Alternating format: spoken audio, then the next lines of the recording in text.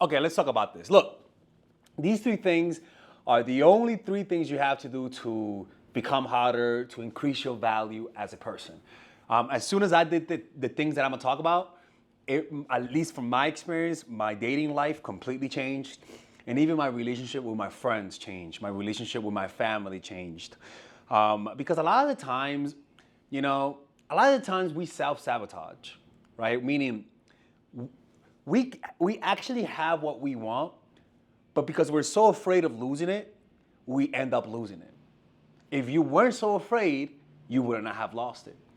For example, me as a guy, I'll say hi to a woman, and because of my insecurities, I'll say maybe she doesn't think I'm good looking enough. And then I'll double text, triple text because of my fear that I'm not enough for her.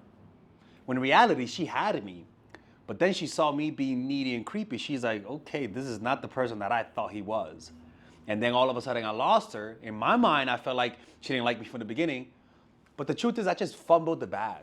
I talked too much, I did too much, and people sense that as insecurity. And that's one of the many things that we're gonna be talking about today, and that's the subject of this video. If you guys enjoy this type of content, click on the description down below if you guys wanna work with me one-on-one, okay? So, the first one is stop isolating yourself. And this one is the source of addiction. This is the source of most people's low self-esteem. This is the source of why some people change over time for the worse. Because when you self-isolate, you start to develop worldviews that literally is completely disconnected from reality. And that worldview, a lot of the times, pushes people away. And you come across as a crazy person. So that means get off of social media. That means stop doing Zoom things, meet people in real life. Because when you start isolating yourself, you just develop habits that push people away, but you're just not aware of it. A lot of times you develop anxieties, you develop drug addictions, or worse, it reinforces anxieties, reinforces drug addictions, right? And you develop needy, creepy habits. And you get used to being alone. And when you're around someone, you start to feel awkward, which causes you to do more things to suppress the feeling of insecurity. So stop self-isolating. Be around people. Be a human being, all right? The next one, self-regulate. Self-regulate your emotions. Stop using drugs. Stop eating to make you feel better. All of those things make you unattractive. All of those things make you gain weight. All of those things disbalances your emotions. All of these things make you dependent on things that's outside of yourself. The goal is to become your own ecosystem of positive emotions, right? So when you learn to self-regulate, you stop binge eating. You stop using drugs, right? You start depending and being more social around people, right? But when you depend on things to make you happy, a lot of times that might cause you to become a people pleaser, right? Because when you can't control your emotions, you start supplicating to other people for them to help you control it. So that's when you start being needy and creepy, right? And you'll see this a lot, right? When people self-isolate and they don't know how to control their emotions, they get fat. Or they develop drug addictions. Or they start taking it out on their partners and pushing them away. You start to develop mental problems when you don't know how to self-regulate. You learn to self-regulate and you will come to the most common conclusions. Work out, eat healthy, be around people, do what you love. Push people away that are bad for you, draw people in that are good for you. You'll literally start to do what I say on my videos. But when you are alone a lot, when you don't self-regulate, you're not gonna do this. And you're not gonna wanna do this. So how do you self-regulate? Well, understand that don't believe your mind that says to act out on your impulses is how you treat them. The way you deal with your impulses, with your neediness and resentment, is to literally observe them. Observe them, see them for what they are, develop a meditation practice, and talk to someone about that. Because humans have to understand you have limitations. And if you are by yourself and you feel a desire because you feel lonely or you don't have a lot of friends and you're by yourself, your insecure mind is gonna suggest things that further isolates you, but that looks like a solution. It'll suggest maybe you should do drugs. Maybe you should pay for poom poom. Maybe you should get another partner. And all of those things are just suggestions that keep you in your comfort zone. The very same comfort zone that got you to where you are, right? So that's why you gotta talk to other people. Like you gotta either join a support group, join a meditation group, see a psychologist, but being by yourself when you have issues, it's really detrimental. You can't win. Like honestly, you can't win. You gotta be around other people. And the last thing is stop taking things personal. A lot of the times when people are inconsistent with you, a lot of the times they're not being inconsistent because of you. They're being inconsistent because of issues that you just don't know. And when you take things personal, you start to react to things that don't exist. Like I remember when I was younger, I thought that women who canceled on me last minute were like, this is exactly what I thought. I'm about to cancel on him. It's like he's gonna be so mad. Like I really thought that's how. Like that was my projection. The truth is, they canceled because they maybe had a boyfriend. I met them on Tinder. They maybe didn't take men seriously. Or maybe they had a fear of abandonment and they didn't want to get rejected. Or maybe the last boyfriend hurt her and now she wants to inflict pain on men. But in my point of view, I'm taking it personal. I'm like, yo, she really is trying to fuck with me. When in reality, she just has issues and you just don't know it. If you knew the issues and why she's doing what she's doing, you wouldn't take it personal. You just wouldn't. And by me taking it personal, I developed a bitterness towards women. And it made me want to be more of a player, right? Almost like I said, oh, y'all want to fuck with me? Now I'm going to fuck with you too. And then a woman will encounter me and she'll be like, yo, why is this guy being so inconsistent? Why is he playing games? Like, what did I do to him, right? I'm perpetuating the cycle. And what happens is that you actually push good women away. And you only attract those women who want to play the game with you. And then you say, oh, only women are players. Oh, women say they want a relationship, but look at that. Look at the way they are. But it's like, no, it's because the reason why you're doing it is because you're reacting to an energy that doesn't exist in your life. But because you are reacting to that energy, you're creating that reality, and then you're putting it out into the universe. If I just understand that maybe she canceled on me because she just doesn't like relationships.